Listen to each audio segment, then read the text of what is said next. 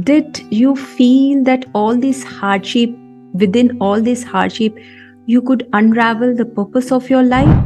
In the United States, the rate of people suffering from depression has risen dramatically since 1960. And between 1988 and 2008, the use of antidepressants rose 400%. So, what is your take on human potential? As you already mentioned, that people didn't foresee that you will survive, but you not only survived, but you thrived. Yeah. So, what is your take on that human potential? A 2014 study at University of Virginia, in collaboration with the Gallup organization, the findings were very surprising.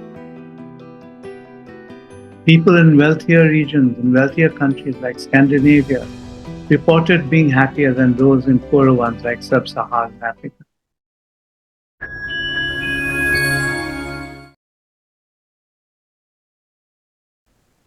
A warm welcome to you, Jimmy, to our podcast. Thank you very much for inviting me, and greetings to all of you. Today is going to be a discussion on a very, very important subject, and I look forward to it. So, Jimmy is an established therapist, spiritual counselor, author, and a public speaker. Now, let's hear directly from him about his journey. About my journey, oh my dear. Well, I have written a book about my journey. It's available on Amazon. It's called Journey Beyond. Interesting climax about my journey is that before 1975, I was an innocent, happy-go-lucky Parsi boy who went to college in Bombay with no idea of what he wanted to do with his life. Why did he go to college? Well, he was expected to get a BA, MA, etc. And what did he want to get from college? He wanted to meet girls and have dates, like all other young men. Sorry to say. I had no idea what my purpose of life was. And I had to, at some point in time, choose what they call a stream. And since my family was in business, and my college didn't offer business management, they offered economics, I took economics. I remember the quadrangle in St. Xavier's College, Bombay. From there you climb up the steps. A big classroom on the left is the economics class, where all the boys go. And on the right, the big classroom is the psychology class, where all the girls go. And I remember climbing those steps and saying to myself, you know, Jimmy, I'd really like to go to the psychology class and take psychology and not economics. You know, but you know what? I'm ashamed to say today that I went to the economics class. Why? Because, and the sole reason was because I couldn't imagine myself sitting in a big classroom with only girls and I was the only guy. I would get dragged and teased out of my mind. And I felt extremely shy about doing it.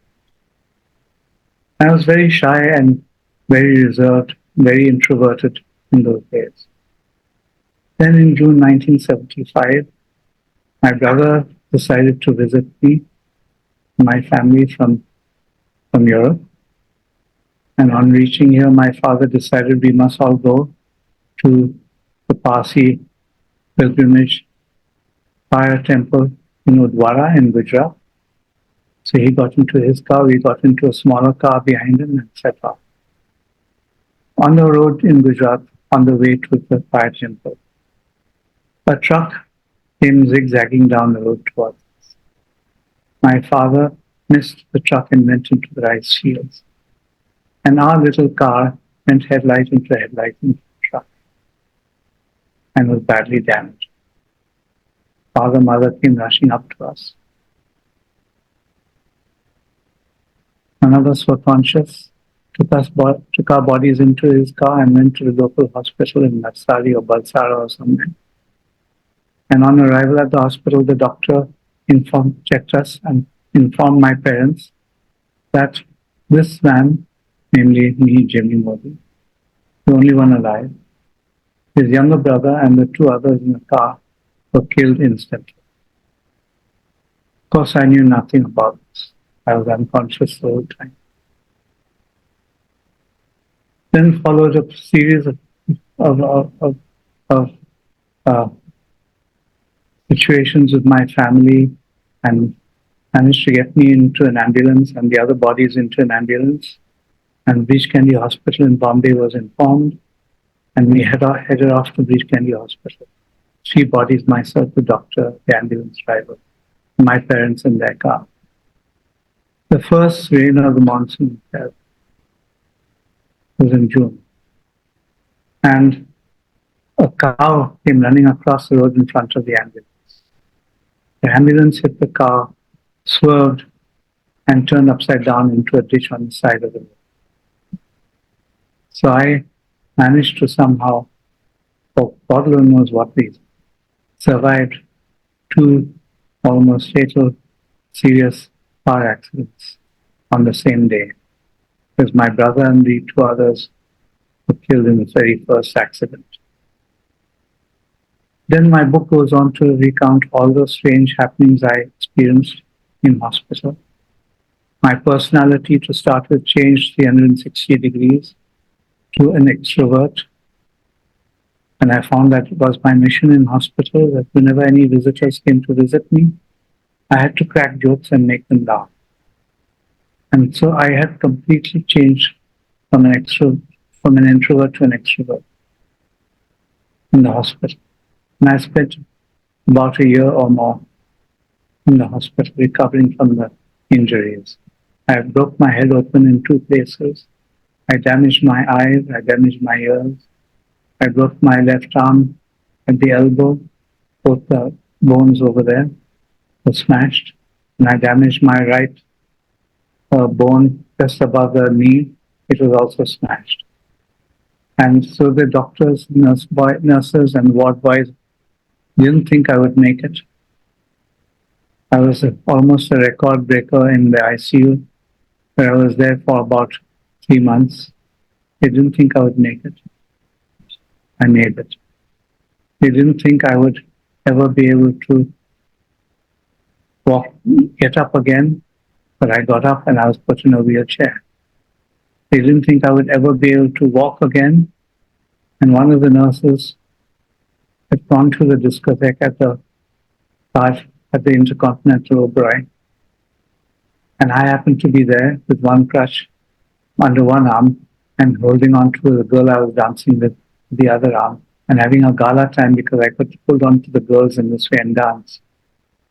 And I saw from the corner of my eyes this young lady dancing with another man at the far end of the dance floor.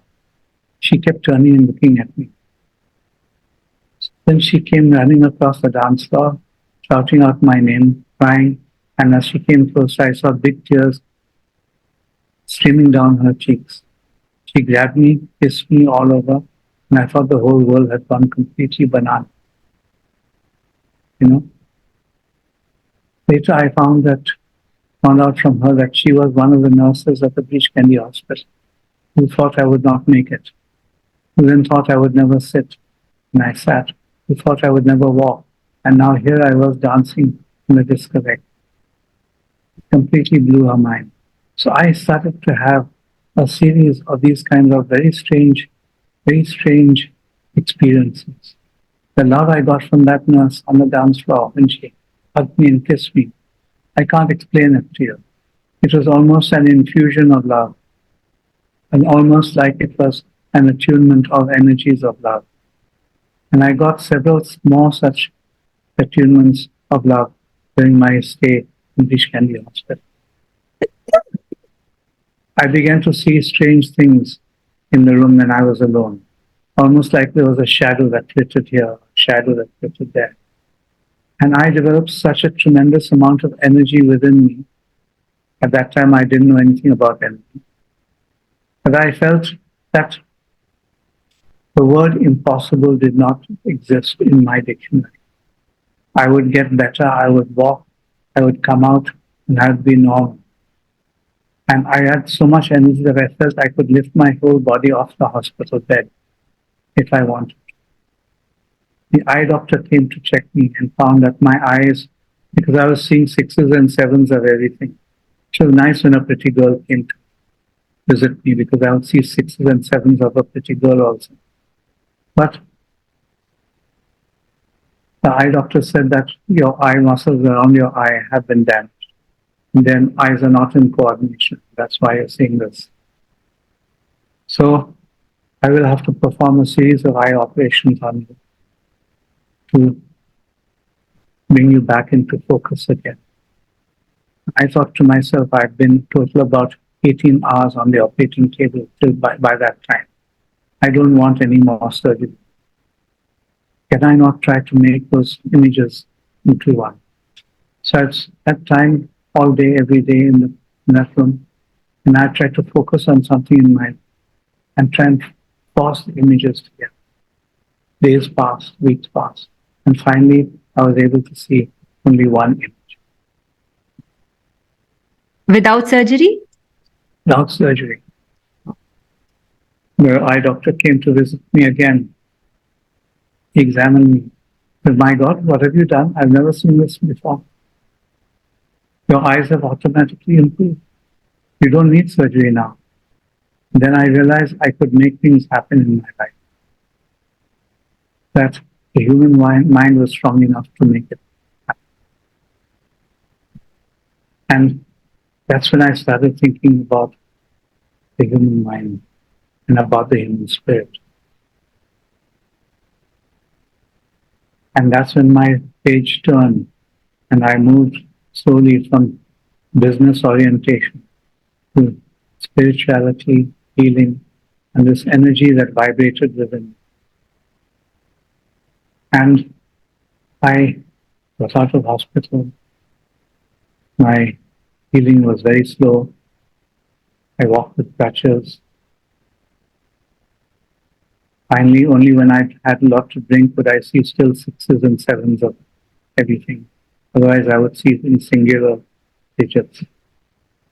And I realized how great the human is. Because I could control the pain that was echoing through my limbs. Okay. And I realized how much pain actually is not a physical thing, but actually a psychological thing. Because pain comes attached with a certain kind of fear. And that fear tends to magnify the pain more than what it is. So I went through a lot of these realizations. I came out of the hospital, said, now what should I do with my life? So first thought, well, Jimmy, you are very ambitious. You must build a big business. You've heard of Birlas, you've heard of Tatas. Now people must hear of Modys. Mody must have a business like that. So that occupied me for a while. And then suddenly, I don't know where the thought came from into my mind. Do I really want to dedicate the rest of my life to making money, accumulating wealth, building a business? And I'm comfortably well off. I'm not a millionaire, but I've got enough money. Kapra, makan, and food, whatever it's called. So what do I do with my life? And when I get out of hospital, I meet this guy, friend of mine. He is a psychoanalyst and a very gifted psychoanalyst. And I thought that, why don't I go through psychoanalysis myself as a way of getting to know myself better. So I went through that. And as I was going through that, I began to see that he began to see something in me. So he started making psychoanalysis more like a training session for me. And slowly my training in psychoanalysis began. Oh, wow. And I found it fascinating. And I slowly began to train more and more in psychoanalysis. I spent a full 5 years of training in psychoanalysis, including getting my patients checked on by him, reviewed by him. And he was a very gifted guy. And one thing that he taught me, which I would like to impress on all of you all, okay, is to make a constant distinction between the assumptions that rule your life and observations that could rule your life. You will find that observations are far more accurate, far more powerful than any assumptions you make. Okay. So, Jimmy, very, very motivating experiences you shared. So, what was the motivating force to get better by yourself in the hospital when, especially, the family members have not survived? Because many times, when a person meets with an accident, the person is in pain and doesn't want to live. So, what was the motivating force for you? Uh, for the first 6 months of my tenure in hospital, my parents, the doctors, the ward boys, etc., the nurses were all instructed very strictly that they were not to let me know that my brother, who was sitting next to me, was killed in that accident. Okay. So they would spin a yarn that my brother was in the next room and he's got this and this wrong with him, etc. And I was very close to him. 6 months later, the doctor said, well, now you better tell him because you cannot go on lying to him like this. My hospital room door opened. On my left, my parents came in very long faces, walked slowly up to my bed, held me, held my arm, and then told me that my brother was killed in the first accident. The effect on me was very, very traumatic. First effect was I went completely blank from head to toe. Completely blank, not a thought. And in that emptiness, in that blankness, suddenly seemed to emerge from somewhere a furious, terrible rage of an anger that engulfed me and held me in its grip from head to toe. And I looked upwards and I asked God, why? Why did you do this to us? What did we deserve to have this happen to us? What have you done to my parents? You destroyed them. You know what it's like for a mother to lose a son. Why did you do this to us? We were on our way to the fire temple to worship you and you did this to us. What kind of a God are you? And then I started cursing God with every bad word I knew in Punjabi, Gujarati, and every other language. Cursing him. I placed curses on him that for eternity, he would lose all his favor amongst the human kind. And I called him an MC, a BC, a bastard, everything I could. At the top of my voice, I was screaming. Okay. The nurses in the ward were horrified. They hear this continuous tirade of hatred towards God. I wanted to punish God with words. I didn't know any other way of doing it. And so the nurses, some of them must have phoned the head of the psychology department of St. Xavier's College where I was going, which was the other classroom. And the head of the psychology department was a lovely Spanish Jesuit priest by the name of Father Keller. A few days later, my hospital room door opens, and there's Father Keller standing in the door. I looked at him and I got absolutely mad and livid with fury. You bastards think you can stop me from cursing God by sending a priest to see me? And I started cursing God even more vigor and more loudly, thinking that Father Keller will run away or he'll come scuttling up to my bed and beg me not to commit such blasphemy. Manjari was dead. He slowly walked up to my room, my bed. He held my hand, which was still in plaster, and he just held it and was silent, deathly silent, as he paid full attention to me. He gripped my hand. He said nothing. And in that silence, in that deafening silence, I suddenly felt Father Philadel's tremendous unconditional love cutting through my rage like a hot knife cuts through butter. And when that happened, I stopped cursing God and I started crying. My whole attitude to God changed from there on. My spirituality took greater root.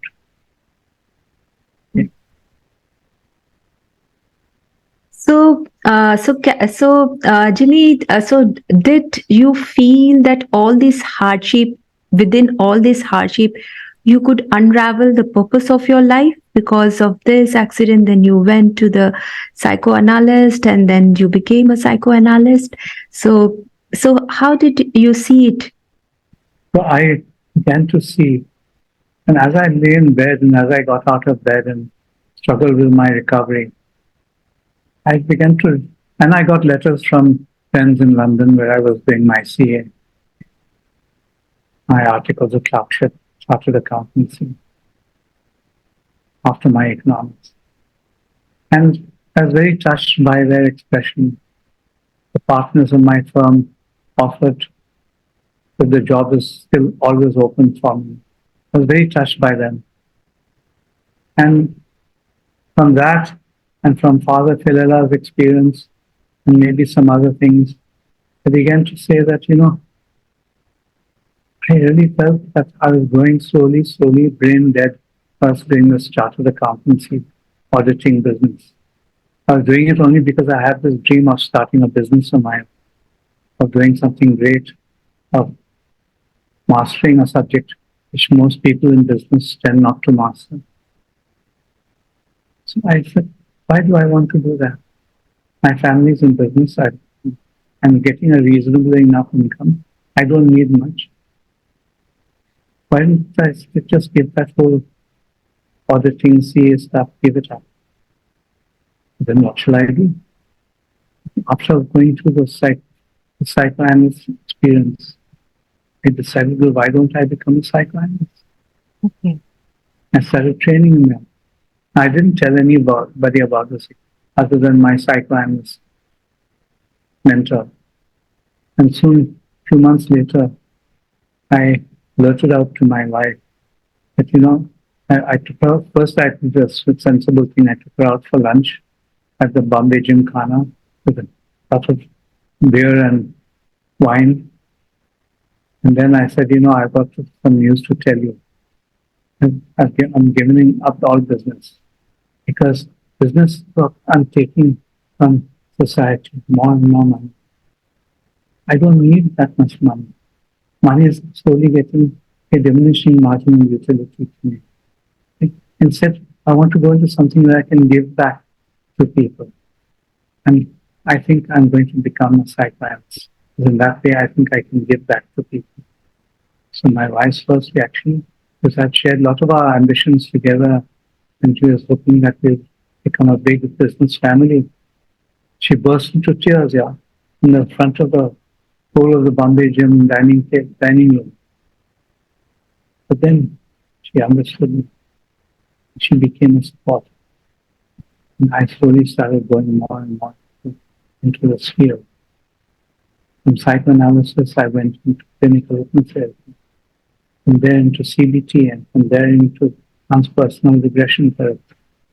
And then I'm standing here today after having practiced as a therapist and counselor in Bombay for more than 25 years. So this is for the audience. Jimmy is also my first therapist around 13, 14 years back. And when I met him, I too was a finance professional. And 13 years down the line, I also became a therapist. Wow, terrific. So you're trying to follow me over? Maybe. Nice. Yeah. So maybe I too found my purpose in that therapy session. Maybe we do not know. Maybe because even I was driven to work with people, and that's why I shifted my career from being a finance professional to now being a therapist. I did a midlife career change where I had to literally go back to college again to train in psychoanalysis and all these other therapies. And I was already past 40 years of age when I did this. So it wasn't easy. But I began to realize the lesson of having to live more purposefully in my life. I have one life. You all have one life. At least we share living right now in the world. Let's get something out of it that is meaningful to us. The key word is meaningfulness, as I shall illustrate as I continue to start my talk. So should I start my talk? So thank you all for being present. And I'd like to read out some of the research that I've been doing on this. In the United States, the rate of people suffering from depression has risen dramatically since 1960. And between 1988 and 2008, the use of antidepressants rose 400%. What is going on? According to WHO, global suicide rates have spiked 60% since World War II. In the USA, the incidence of suicide amongst 15 to 24-year-olds tripled in the last half of the 20th century. In 2016, the suicide rate reached its highest point in nearly 30 years in the general population. And for middle-aged adults, it has increased over 40% since 1999. Each year, 40,000 Americans take their lives. And worldwide, that number is closer to 1 million people who take their lives every year. What is going on? We're supposed to be rational creatures, are we not? What is happening? A 2014 study at University of Virginia, in collaboration with the Gallup organization, interviewed 140,000 people across 132 countries. The data collected was analyzed by country, correlating the levels of happiness and meaning with variables like wealth, rates of suicide, and other social factors. What did they find? The findings were very surprising.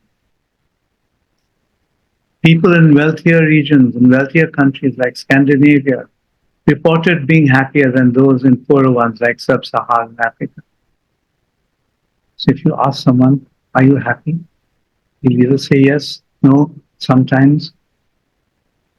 But does happiness really reflect a state of being, a state of mind? Or is it just a momentary reflection? Let's look and find out. But when it came to meaning and meaningfulness, it was a completely different story. Wealthy places like France and Hong Kong had some of the lowest levels of meaning and meaningfulness, whilst the poor nations of Togo and Niger in Africa had amongst the highest. That was very surprising. But when it came to meaning, the story was therefore very different. Meaningfulness was very different. Is there a connection between meaningfulness and happiness? Or not?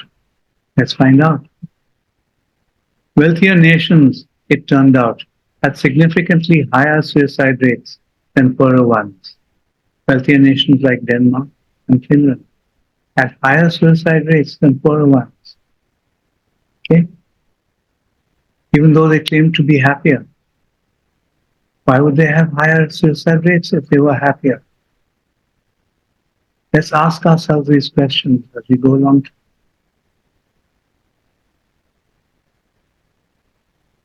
The suicide rate of Japan, with a GDP, gross domestic product, of $34,000 per annum, was more than twice as high as Sierra Leone, where the GDP was only $400 per annum. Even in spite of having so much higher income, Japan's suicide rates were much more than another country where it was only $400 per annum. Why? What does that mean? What sense does that make? What the study discovered was a striking trend: happiness and unhappiness, happiness and unhappiness did not predict suicide. The variable that did predict suicide, they found, was meaning or meaningfulness. Okay. Just imagine how we have neglected meaning and meaningfulness in our lives. Meaning and meaningfulness, or more precisely, the lack of it. This predicted suicide much more than happiness. So, what's the definition of meaningfulness? What is meaningful? Like, my life matters? So we're coming to that. But at this point, since you asked this question, I do want to mention that we all have been given, born with, what we might call a talent for creativity. Although some people say that, oh, she's so talented and I'm not talented. Not true. We are all talented. We all have that seed of creativity in us. And how has humankind used this talent, this seed of creativity, this creativity? Beautiful music, lovely stories, wonderful books, paintings, skyscrapers, buildings, Taj Mahal.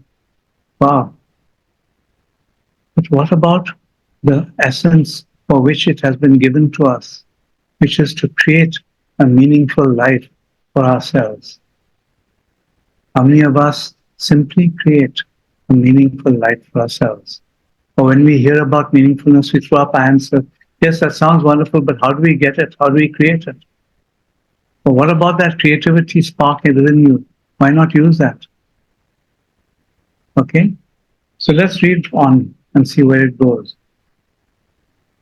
Over 5 crore Indians suffered from depression, a major contributor to global suicides, which occurred mainly in low and middle income countries in India in 2015, according to a WHO study. So meaninglessness, you can try and imagine it. Whenever you feel meaningless, you feel purposeless, you feel you're wasting your life, then I invariably get this asked by patients and clients, what is the purpose of living? Why should I live, man? There's nothing life has to offer me. There's no meaningfulness in life. May as well jump off the top of the building or kill myself. And that's the effect depression has. So in depression, we must always realize and try and be conscious and aware of. Yes, we all face moments of helplessness in our lives. And helplessness goes when we manage to help ourselves, we manage to achieve something, some action gets us somewhere, and then we feel good about it. So whenever we feel good about it, we feel happy. Whenever we feel helpless, we feel unhappy.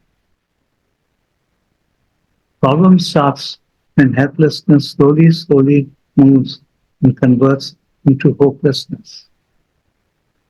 And when you start feeling hopeless in life, that's when you say, what's the point of living? May as well end it. Just read the newspapers. I read them in Bombay. And how sad it is to read about a young girl who hangs herself from the ceiling fan in her hostel because she didn't pass her exam. I mean, what a waste of a life. What a tragic situation we're heading into. So what is happening to our world? What is happening to our country? What is happening to our people, our community? What is happening? India has one of the world's highest suicide rates for youth aged 15 to 29, according to a 2012 Lancet report, which illustrated the need for urgent interventions for this demographic.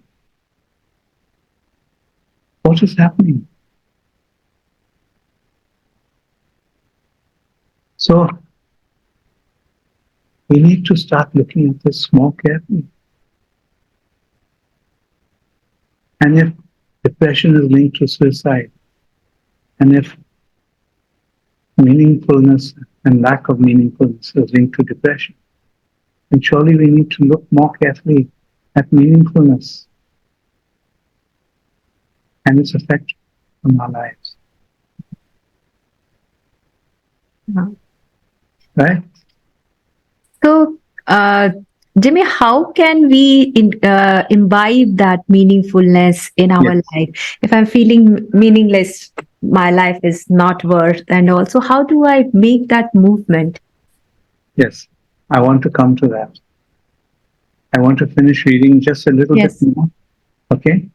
So the total estimated number of people living with depression increased by 18.4% between 2005 and 2015, WHO said. Suicide occurs any time in the life and was the second leading cause of death amongst 15 to 29-year-olds globally, it said. Okay? 78% of global suicides occurred in low and middle income countries in 2015, it said. Depression is the leading cause of disability worldwide, not just suicide. Depression is the leading cause of disability worldwide and is a major contributor to the overall global burden of disease. WHO said and asserted that more women are affected by depression than men, and at its worst, depression leads to suicide. So, some people have applied their mind to this. And I'd like to bring out the example of the Japanese people. In Japan, they developed a process and a culture called Ikigai, spelled Ikigai, Ikigai. In Japanese, Ikigai means the reason for being. How do you develop the reason for your existence, for your being? Okay? And Ikigai was based on 4 pillars. And the diagram looks a bit like this.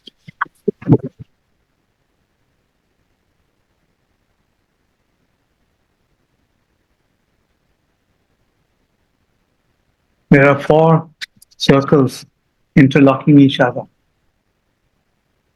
each standing for the 4 pillars. And the 4 pillars are, number 1, what you love. So love is the first pillar. The second pillar is what you are good at. What are you good at? The third pillar, what can you be paid for? And the fourth pillar, what does the world need? What does the world need? And where the 4 circles interlock each other, overlap each other. So the what you love circle overlaps the what you are good at circle. That we can call passion, your passion. Where what you are good at circle overlaps the what you can be paid for circle. That we can call profession. Where what you can be paid for circle overlaps what the world needs circle. That we can call vocation, career. And what the world needs circle overlaps with the first circle, what you love, that we can call our mission. So it all boils down to having a purpose in life. Now that's all well, fine and dandy, but how do you start developing that kind of thinking? Well, the first step is, what is the goal in your life that you want to achieve? Is there a goal you want to achieve? So you might have a dream that you want to achieve. Can you translate that dream into a goal, very specific words? Or are you just happy to float around day to day, watch a movie, meet a girl, go to a disco, have fun? Or do you want to do something more with your life? Okay. It's about time that we started thinking about this very seriously, isn't it? Right? So first is write out your goal. Take a good look at that goal every day when you wake up. Is that goal good enough for you? Is it big enough? Is it significant enough? Is it important enough? So I've got a story on this. There are two masons. Masons are people who lay bricks and stones to make a building or a wall. And they're working in Rome on the St. Peter's Cathedral. I think that's the one in Rome, the big one, the marvel of the world. And they're working side by side each other, laying bricks. Very boring job, very repetitive job. And one mason turns to the other, starts chatting, and says, I got this job because it's reasonable pay. It helps me pay the rent, helps me to get my children to school and to provide for my wife. And that's good enough for me. The other mason said, oh, really? I could never live like that. The other mason says, for me, every brick that I lay in this building is monumental because I know what I'm building here. Every brick I put in is going to build one of the great marvels of the world, one of the greatest cathedrals of the world, St. Peter's Cathedral. And my grandchildren can sit back and tell stories. Like my children and grandchildren can exchange stories about how their grandfather or great-grandfather built or was partly responsible for building St. Peter's Cathedral. Wow, that for me is meaningful. That's what I want my life to be for. That's what for me is meaningfulness. And there is an author by whose book I would strongly recommend everyone to read. The book is called The Meaning Revolution, Leading with a Power of Purpose, written by Mr. Fred Kaufman, Kofman, Fred Kaufman. And in this book, he talks about enlightened leadership. He talks about transcendental leadership. Not the kind of leadership which we get in management schools, IIM Lucknow or IIT Calcutta or whatever else, or Harvard or wherever else, where it's purely management related. Yes, that's leadership also, but a very limited, very stifled version of leadership. So what is enlightened leadership? The leader has defined a goal for himself, for his life, which is like the stonemason who is building St. Peter's Cathedral. A grand vision, a dream, a vision, as we all like to refer to leadership, having a vision. And that vision, that leader is very keen that everyone who works with him, for him, or under him, he wants to share that vision with them all. Not so that they work for the vision, but more because he wants that vision to also become their vision. So they are also working for something much bigger than themselves or their families. And that has proved to be a motivation far greater than any workshop on motivation that you might spend money on in a company or an organization. You see? So this is where you see a bigger picture for yourself that you can achieve rather than just making widgets in a factory.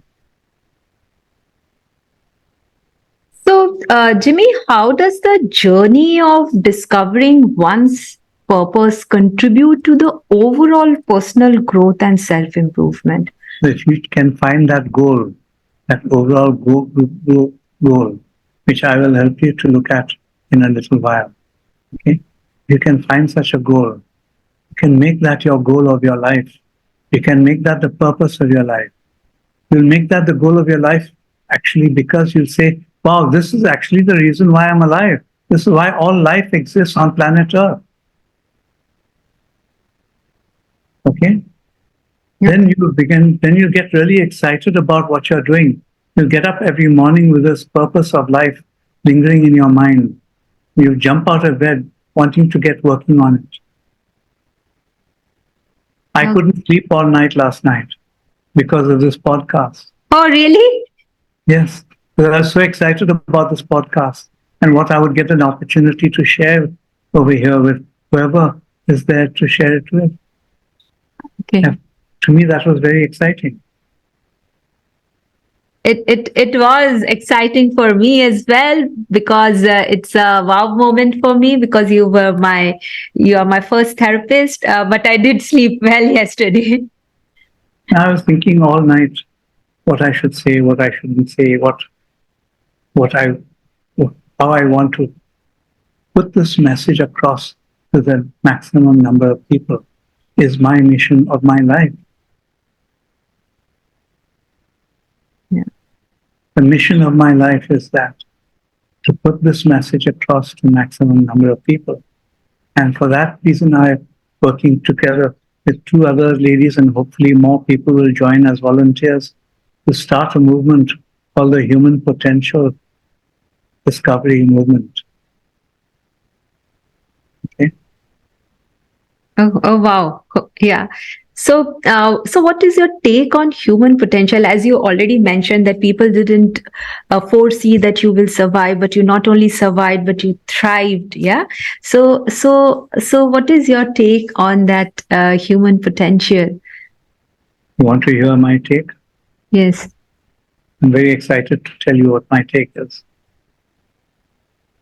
So, religious teachings, religious teachers, saints, mystics, all and all the various books that they have written, including the sacred texts, all speak about an entity called God, God.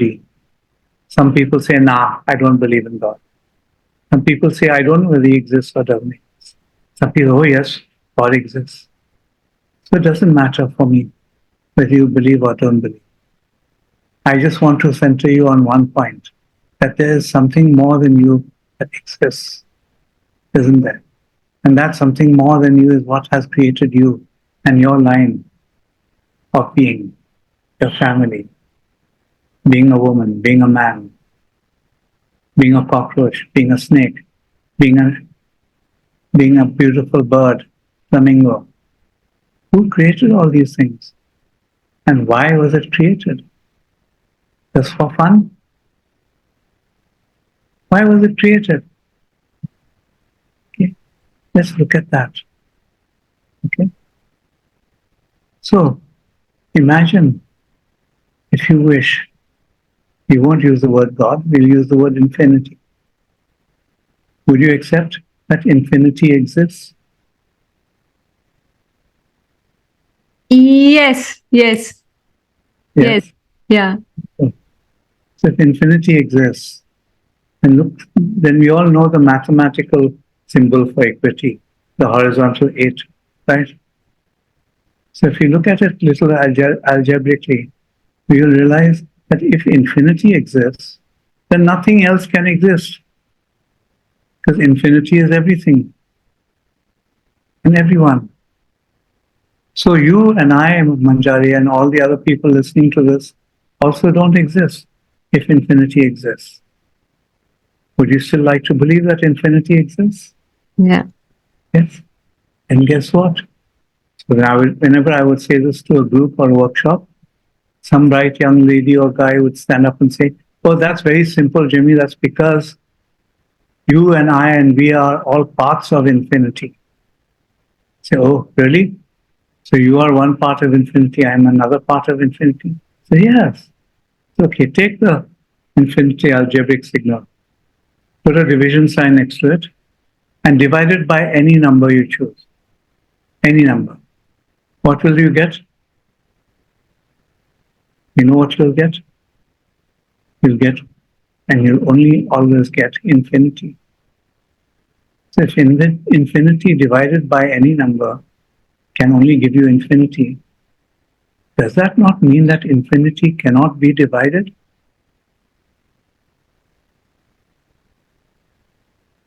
Algebraically proven, mathematically proven, therefore that infinity cannot be divided. Full stop. So if infinity cannot be divided, and if only infinity exists, then how do you explain you and me? You're a girl, I'm a guy, you're wearing something black, I'm wearing a t-shirt. Okay? How do you explain that? You're however old and I'm however old. You're in Bangalore, I'm in Bombay. How do you explain this? Well, maybe then the only likely explanation is that actually you and I are the ones that don't exist.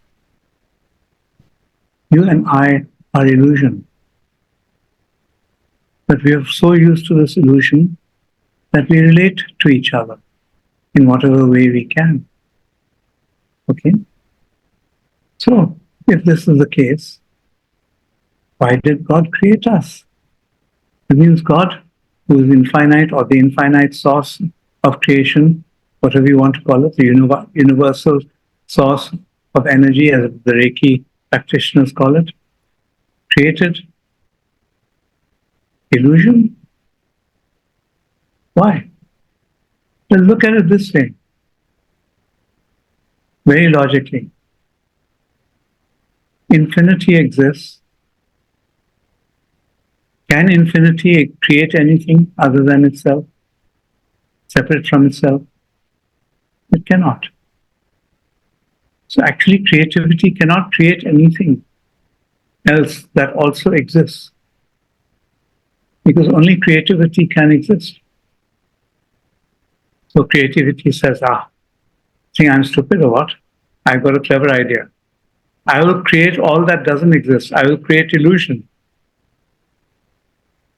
And when I create illusion and I identify with illusion, then I will know that I, infinity, really do exist. And I will know what it is like to be infinite. Infinity can only know what it is like to be infinite when it gets to know what finiteness is like. Finiteness is about, what finiteness feels like. There's an ancient Hindu Dharma meditation which subscribes to this, and it's called Neti, Neti, Neti. And Neti, Neti, Neti is a process of elimination. I'm not this, I'm not that, I'm not this, I'm not that. So if we keep on eliminating all that we are not, what are we left with? That which we are, which is infinity. And in that way, that becomes a process which we have been given by our Creator to realize Him, to realize Him, whatever you call it, to realize God, to become God realized, to realize and experience and become conscious of your infiniteness. Right now, we are not conscious of our infiniteness. We are only conscious of our differences, of our illusion. Right? So, this is the reason why it's all been created. The final goal, according to people who I have learned from, the final goal is to realize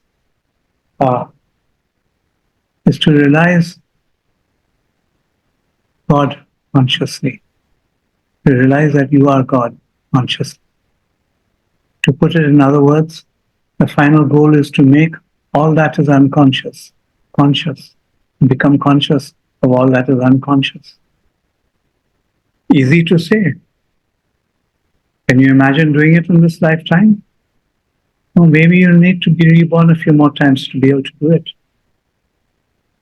And maybe the process of rebirthing has something to do with helping you to move up the scale of the ladder towards that kind of realization of consciousness. So learning, which is realization of consciousness in simple human language, can be called learning. Okay? Learning is the meaning of life. Learning is the purpose of life, whether we like to admit it or not. When I first realized this, I said, oh, hell no. I remembered the day immediately after I got my bachelor's degree, and I said, I don't want to study anymore in my life. And now here, at this age, I'm still learning. My God, how crazy is that? So growth has always been seen as a means to an end. Learning has always been seen as a means to an end.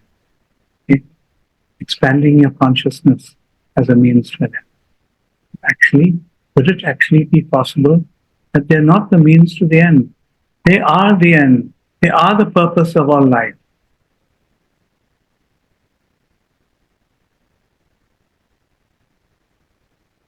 Profound knowledge, Jimmy. And yeah, so I hope it helps the people who are listening to this podcast to get purpose and meaning to their life. Now, what's the difference between the purpose and the meaning? Purpose of life, if you're looking at it that way, is to create more and more meaningfulness in your life. Okay. Meaningfulness of life will only come to you if your life has a purpose. Okay. So both are goes hand in hand. There's two sides of one coin. Okay. The same coin. It's beautiful. The whole software design that infinity or the creator or whatever you want to call him or her has given us is mind-bogglingly beautiful. Okay. And Jimmy, anything more you would like to share with our audience, which we yet didn't discuss as a concluding remarks on this subject, life, purpose, and meaningfulness? There's one thing I could share. We all are divided into groups of those who believe that there is a God, those who don't believe there is a God, and those who don't know. Atheists, theists, and agnostics. And I spent years and years bandying about these three words and frustrating myself.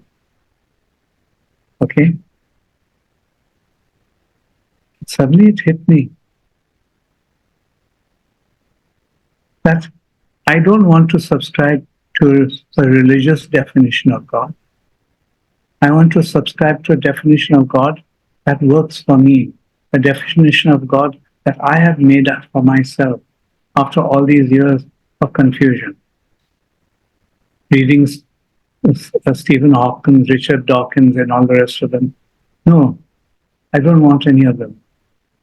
So I define God finally, after considerable meditation and thought, as everything I know, plus everything I do not yet know. That's it. So learning and knowing more became the way in which I could pursue worshipping God rather than prayers and rituals. Loving God,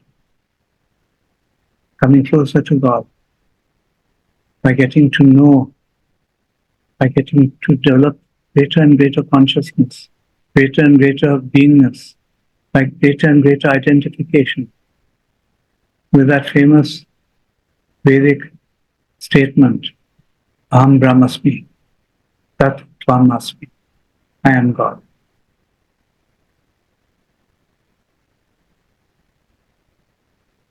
And from that moment, my life is, you might say, been enchanted.